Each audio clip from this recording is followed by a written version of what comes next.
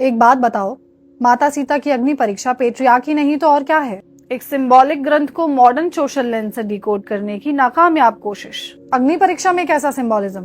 इसे समझने के लिए पहले वनवास को समझना पड़ेगा। समझाओ। वनवास सिर्फ आउटर पनिशमेंट नहीं, इनर तपस्या है, जहाँ मन, विवेक और बुद्धि रूपी सीता, राम और लक्ष्मण वन रूपी माया से घिरे हैं। मन यानी सीता मारीच रूपी इच्छा से भ्रमित होकर उसे पाने की जिद करती है, जो कि ड्रिवन है ईगो रूपी रावण से।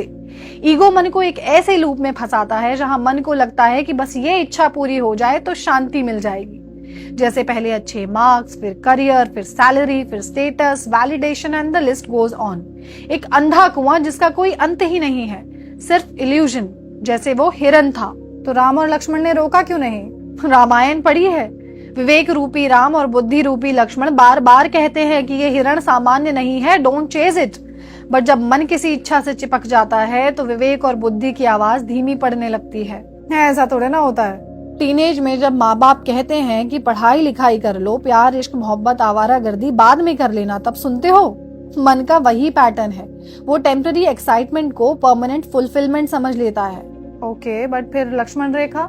साइकोलॉजिकल लिमिट, मर्यादा जो हर इंसान के भीतर होती है, पर जब इच्छा भय, लालच या फियर ऑफ मिसिंग आउट में बदल जाए तो मन वो रेखा पार कर जाता है और बस उसी क्षण अहंकार मन का हरण कर लेता है। सब सिंबॉलिज्म ही है तो हनुमान जी का क्या रोल बचा फिर? हनुमान वो चेतना है जो मन और विवेक के बीच ब्रिज बनाती है, राम को सीता से जोड़ती है, ईगो पैलेस यानी सोने की लंका को जलाती है और समय पड़ने पर बुद्धि रूपी लक्ष्मण की रक्षा भी करती है। और इसीलिए कहा गया है, कुमति निवार सुमति के संगी। पर असली मुद्दा तो अब भी ये है कि अग्नि परीक्षा क्यों? अग्नि पनिशमेंट नहीं, शुद्धि का प्रतीक है। मन जब माया, इच्छा, भय और अहंकार के स्पर्श से गुजरता है तो उस पर उन विकारों की छाप यानी मेंटल कंडीशनिंग रह जाती है। जैसे चोर चोरी छोड़ दे पर हेरा फेरी नहीं छोड़ता। अग्नि यहाँ वो अंतर्दृष्टि, वो इनर रिफ्लेक्शन है जो उन विकारों को भस्म कर सत्य को उजागर करती है। पर अग्नि ही क्यों? हवा, पानी, धरती क्यों नहीं? क्योंकि अग्नि ही एकमात्र तत्व है जो ग्रेविटी को डिफाई करती है, ऊपर उठती है, जो दर्शाती है कि तपकर ही ऊपर उठा जा सकता है। तो श्री राम की परीक्षा क्यों नहीं?